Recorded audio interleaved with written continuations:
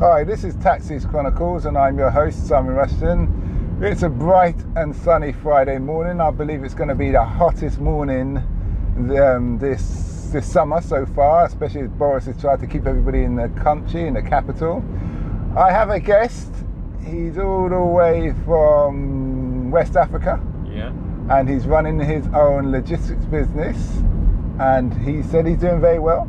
So I'm going to give him the opportunity to share the joys, the fruits of his joys, fruits of his harvest, regarding during this Corona time. So nice to meet you. Nice to meet you. Okay, so tell us how it's a logistics company you have. It's a logistics company, yeah. Yeah. What do you deliver? I will deliver parcels. Just any parcels? Yeah, any parcels here, any shapes and size, yeah. So any company within London? Well, I am contracted. I'm a subcontractor with a couple of one of the couple of the top logistics companies in London, well, in the UK. Okay. Basically, like Parcel Force and FedEx, TNT. UK Mail. Do you do the Amazon? No, I don't do Amazon. No. Is that because you don't? Why is that? I don't like Amazon systems. You know, I don't. Okay. Yeah. So I hear there's great pressure when it comes to Amazon. There's great pressure and their pay is rubbish. Their pay? The pay, yeah. The pay is rubbish. Yeah. I mean, they don't pay their drivers, their contractors well. Okay. Yeah. Okay. So what made you get into the logistics industry? I got into the logistics business through a friend, accidentally, Okay. Yeah, through a friend. He was a logistics manager years ago. That's over 13 years ago. And I was literally doing other things. And he said, "Oh, do you want to come and join me and see, how this business operates? Maybe you might like it, you might not like it. If you don't, then, you can always go back to what you're doing." So he was working you were working for him and he's showing you the ropes? No, he was a supervisor in a logistics company. Oh, okay, so he brought you on. He brought me over, that's it. Oh, okay, that's good. Yeah. And what was you doing before that? Before that, I used to work for one of the top, I would say the top department store in the UK. Oh, okay. Yes. All right. Fair enough. Yeah. So you're happy in this industry now? Oh, very happy. You're your own boss? My own boss, that's it, yeah. Okay. Yeah, I'm my own boss and I have 18 drivers. So that's 18 vehicles? Or 20 vehicles. Oh, okay. Yeah. So you need more drivers then? Well, it grows, but I tend to grow within my own pace. You don't want to overstretch yourself. Yeah, steady growth. Steady growth, that's it. Yeah. That's one of the first things when I left uni. Yeah. I went to work in commercial construction, and that is a family-owned business. Yeah. But they said to me, the director said to me, "We don't believe in rapid growth." Yeah. Steady growth means you know what's going on. You can see all angles. Yeah. It's almost 13 years now. You can see it's a gradual thing. The growth is gradual. Okay. I had more drivers a couple of years ago, but it caused me so much stress because I couldn't manage them. Okay. I was all over the place.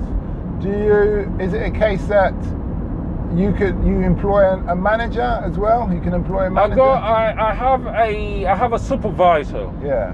Okay. Yeah.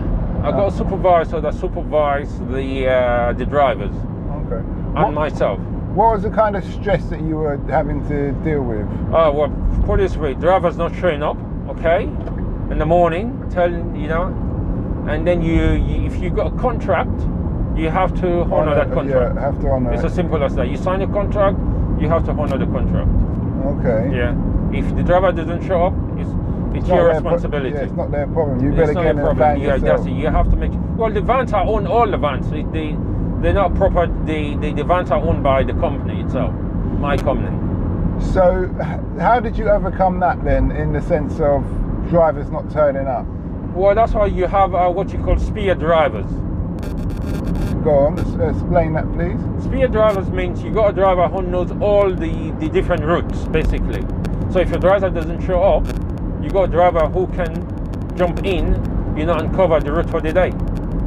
So you pay those spear drivers more then? Well, yeah, the spear drivers are paid on whether there's work or no work at all. They are ready to jump in. Okay. Yeah. All right. So how many spear drivers would you have? I've got spear driver, and I consider myself a spear driver too. Yeah. So out of 20, you have 2 spear drivers. Well, out of the 18, 17 are full-time drivers, and then 1 spear driver. Okay. Yeah. So how did the lockdown affect your business? Well, it didn't affect my business. In fact, the lockdown was one of the winners of the lockdown. Okay, that's good. Yeah. I mean, our business has increased by 1/3 over the lockdown. Okay. Yeah. That means you're really doing calculations on your performance then. You said 1/3. Yeah. We're doing well. Okay. Yeah. That's great. Yeah. So is this still holding out, or this increase? Yeah, it's holding up. Yeah. Okay, so it may be holding out. I'm interested to see how it's going to become winter, because I think the government will try and do lockdowns. I suspect the government will try and do lockdowns during winter time because he can control the population because they'll be indoors anyway. Yeah. Do you understand? Yeah. And people are used to working from home. Yeah. It's like now, obviously it's Friday. Yeah. The roads should be blocked, congested on the other side going into London, but it's flowing. Yeah. Which says a lot of people have just said, I'm working from home, but I'm not even doing anything today. I'll go to the beach. Brighton Beach is going to be full today. Yeah. Probably more traffic going Great Yarmouth for Brighton than Brighton and Essex as well. Yeah, I hear you. Yeah. Mm-hmm. So what's the future for your business? Do you see? It's, as I said, it's just gradual growth, gradual growth, and eventually, I mean, you got no choice. You have to retire one day. That's what I didn't know what I'll do, Mm-hmm. When it comes to retire, probably I'll have to sell the business, Yeah, well, if it's viable, financially viable, then that's what you do. They say when you make a business, you have to consider what your ultimate goal is. That's it. Is it to sell it off? Is it to make just continue owning it, like a heritage-wise, legacy-wise, pass on to your children? I mean, my kids are in different fields, basically. Okay. Yes, very different fields, and they're successful in those fields. Okay. So I mean, I can't see them, coming into the logistics business, even though don't get me wrong, it's a very lucrative business, Yeah. But it's just the hands-on. The hands-on, and kids these days, they're not hands-on. They want the easy life. They want the easy life. I'm up 5 a.m. every day in the morning. And that's Monday to Friday. Yep. And even on the weekends, I still have to do some hands-on work, So especially if someone doesn't turn up. Don't turn up, I mean, vehicle service maintenance, as you can see now, I just dropped 2 vehicle, Mercedes. I had to drop another one on Monday, so it's literally a hands-on job, Okay, well, it's great talking with you. Last question, closing question. Yeah. 13 years back. Yeah. What do you know now that you wish you knew then, when you started the business? I'll say most likely it's very stressful. Yeah, it's a very stressful business. I mean, had I knew, how stressful, I mean, this business would be, probably I would not have ventured into it.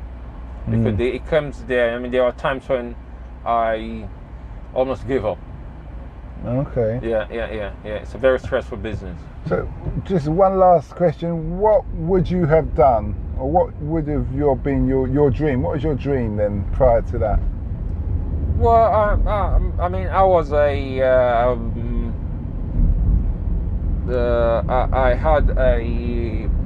my family had a different business, which I was going to venture into. Basically, that's basically import and export. Okay. But I mean, being my own boss, was one of the things that interested me most, you know. Okay. Yeah, and the flexibility as well, you know. Yeah. The flexibility of doing things, the when you want to do it. Mm-hmm. Yeah. Okay. Well, thanks a lot for that interview. That's okay. Very informative and much appreciated. That's right here. To the listeners out there, Yeah. I hope you liked the episode. Feel free to like and subscribe and share. Okay. Also, don't forget our Africa Investor podcast, and have a nice day. Thank you very much.